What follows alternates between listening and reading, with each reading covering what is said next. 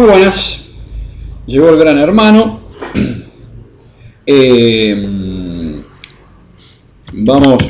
Vamos a hacer un poquito de historia. La doctora Susana García Roversi nos subió un documental muy bien hecho por Ed Norris, que es un ex detective de Nueva York, que es el responsable de haber abierto el departamento de casos sin resolver en Nueva York.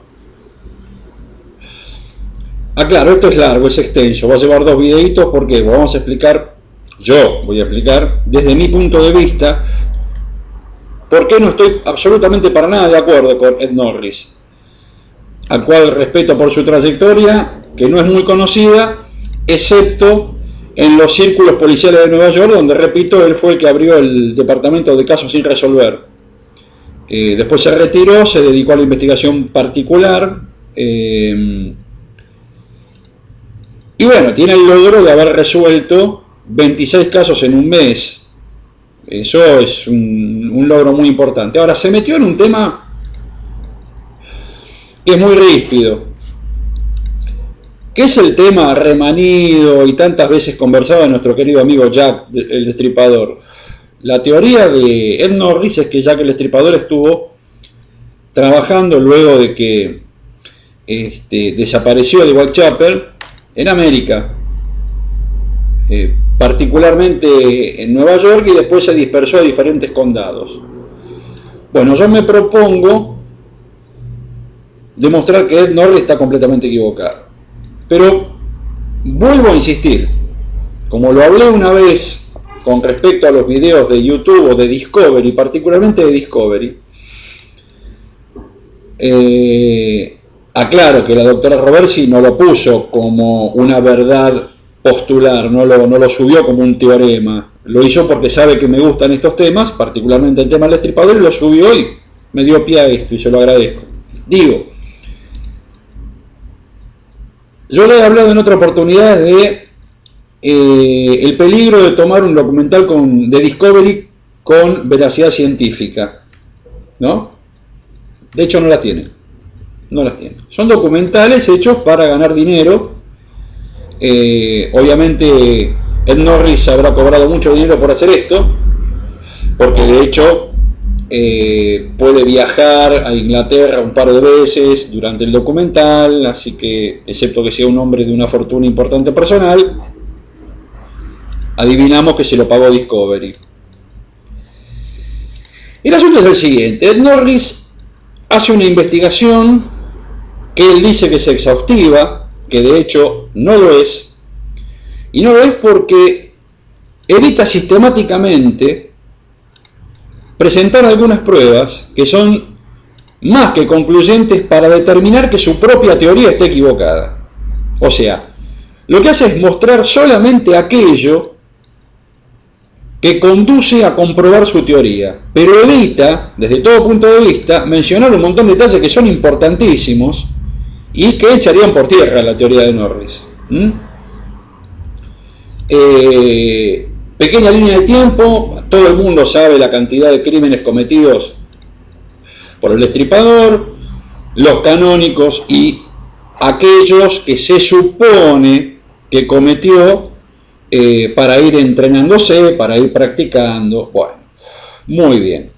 Nos limitamos a los canónicos, entonces, a los 5 crímenes conocidos que terminan en 1888. Y ahí desaparece el Destripador. Según este investigador norteamericano, Ed Norris, el Destripador aparece nuevamente en Nueva York, cometiendo aproximadamente 4 o 5 descuartizaciones, utilizando el mismo modus operandi que utilizaba el Destripador, que ya todos sabemos que se dividía en 3 facetas, que era estrangulación, penetración con un cuchillo, con un puñal, con una hoja, cualquier elemento punzocortante, porque no se pudo determinar exactamente cuál era, y luego el desmembramiento o destripación de la víctima. Perfecto, hasta ahí estamos de acuerdo con el señor Ed Norris. Ahora él nos pone como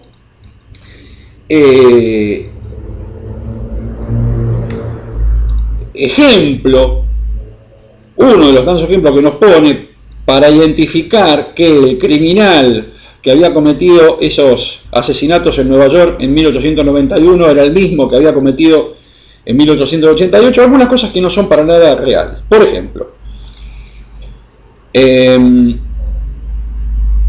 Norris nos dice que la marca, el sello, me corregirá la doctora Rosana García Robarsi si estoy equivocándome en el término, pero en el documental se utiliza la palabra del sello del criminal, no solamente era esta tríada de actitudes, es decir, el estrangulamiento, el apuñalamiento y la descuartización, sino la característica de mataba solamente prostitutas. Error. Porque uno de los crímenes canónicos no era prostituta. Y los crímenes que se le endilgan anterior a los 5 crímenes, a Jack el Destripador, había algunas mujeres que no eran prostitutas. Vamos por parte. Si bien las formas eran las mismas, hay una serie de características del personaje al cual Norris caracteriza como el Destripador que van en contra de su propia teoría. Por ejemplo, hay una parte donde hay un análisis de una grafóloga forense norteamericana, donde caracteriza la carta del Destripador, que por otro lado en ningún momento fue comprobada, que la carta tanto My Dear Boss como From Hell les pertenezcan, en ningún momento fue comprobado. Incluso en Inglaterra hay algunas teorías que se inclinan a pensar que fue un acto periodístico, nada más que para darle más relevancia, que se le debió a la gente del Strand. Eso no lo sabemos. Pero bueno, supongamos que eran del Destripador. Una carta similar se encuentra en los Estados Unidos en 1891, antes del primer crimen norteamericano de este supuesto Destripador, que utiliza los mismos términos, está escrita en las mismas condiciones, y es publicada en un periódico, es publicada en un diario. Esta grafóloga forense analiza esas cartas y determina, en función de la grafología, que esta persona era definitivamente desafiante, que era una persona que tomaba iniciativas de un carácter eminentemente explosivo y que tenía una gran confusión mental. Muy bien. Sigamos adelante con el documental. Ed Norris, totalmente emperrado en encontrar al Destripador, en identificarlo, después de utiliza la cuchilla de Occam, la utiliza eliminando a todos los posibles sospechosos que él no consideraba plausible para ser el Destripador, y se queda con un señor llamado James Kelly. ¿Quién es este señor? Este señor es un tipo que había cometido un solo crimen comprobado, en un rapto de violencia motivado por los celos. Se pelea con la mujer y la apuñala en el cuello. De esto se toma Ed Norris para decir que es muy probable que este hombre haya sido el Destripador porque había utilizado un cuchillo y había apuñalado a una mujer. No me dice absolutamente nada. Este hombre, James Kelly, que trabajaba de tapicero, tapizaba,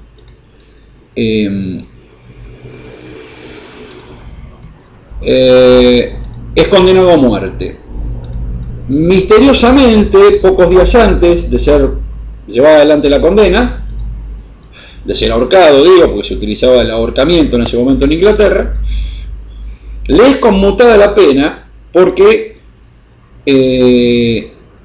un psiquiatra determina que no estaba en sus cabales, que era una persona que estaba demente, entonces no había que matar. Muy curioso, porque no existía una exención de la pena de muerte porque el tipo estuviera loco. Sin embargo, no lo mataron. Fue al asilo de Proudmoore. El asilo de Proudmoore, que todavía existe, es el día de hoy que existe, era un asilo-prisión donde se recluían no solamente criminales espantosos, sino aquellos que tenían algunos padecimientos mentales. Este hombre consigue escapar del asilo de Proudmoore, fabricando con un pedazo de hierro una llave con la que puede abrir su celda y huir.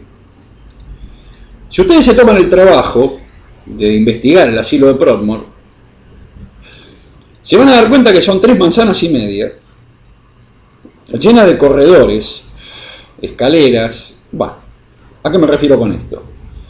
Realmente tenía que ser un genio del escape, este señor Kelly, para poder atravesar todos los puestos de seguridad que tenía el asilo de Proudmoore.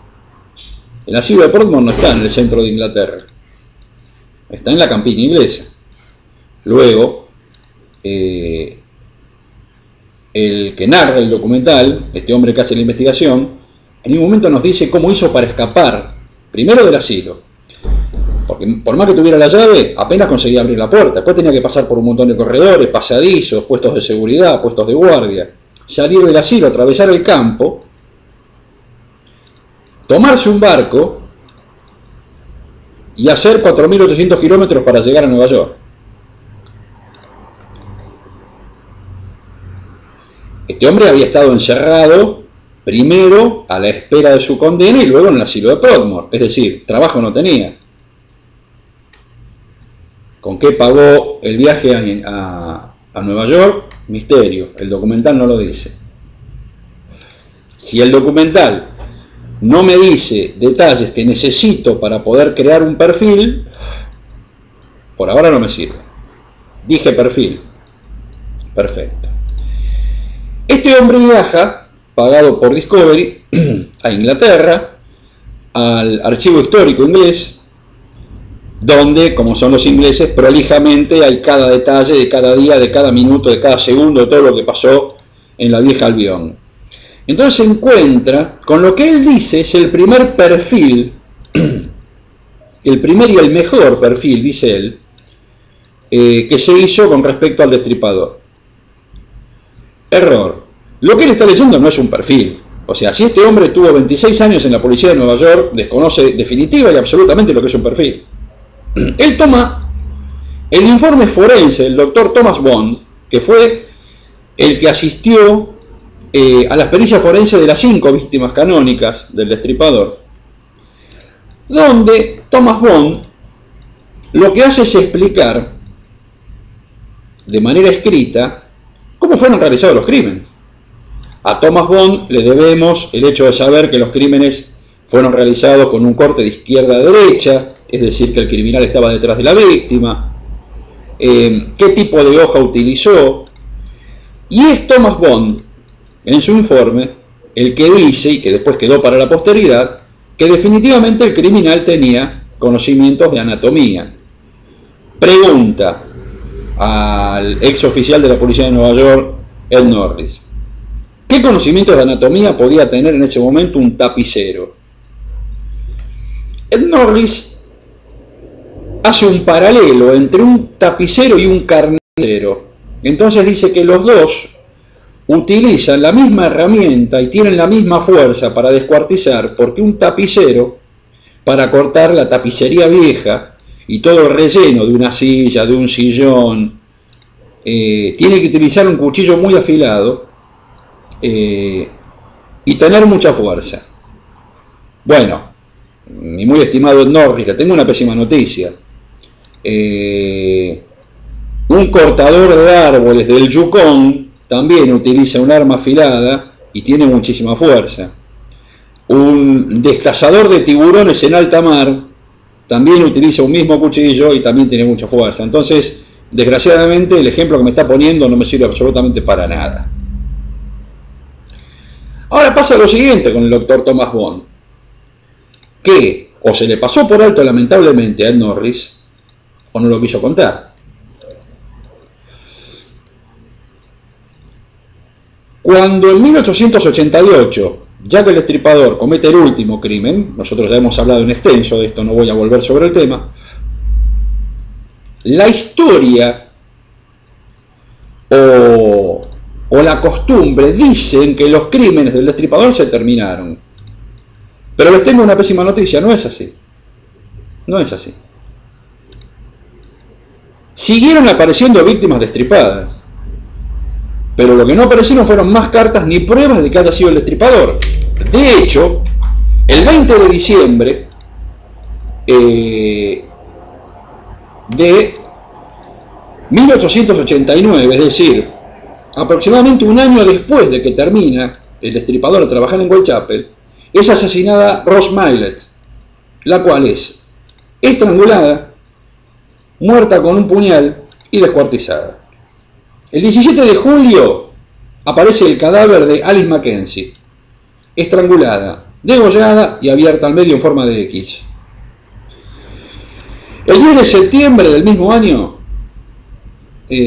aparece un torso en la calle Pinchen, sin piernas, sin brazos, y que se considera estrangulado. Y el 13 de febrero aparece el último, que es el de Frances Cole, estrangulada, asesinada con un puñal y luego abierta al medio. ¿Quién es el médico que dictamina que estos cuatro, o sea, 3 cadáveres y un torso, fueron asesinados y desmembrados de la misma manera que lo había hecho el Destripador? Exactamente, el doctor Thomas Bond. Ahora, el detective en el video no lo dice. No dice que el doctor Thomas Bond dijo, este hombre siguió matando, no se detuvo. Hay un torso y 4 crímenes más que coinciden exactamente con el modus operandi. O sea, él utiliza un perfil inexistente dado por el doctor Thomas Bond, pero no dice que el propio Thomas Bond dijo, este hombre no se fue. Bueno.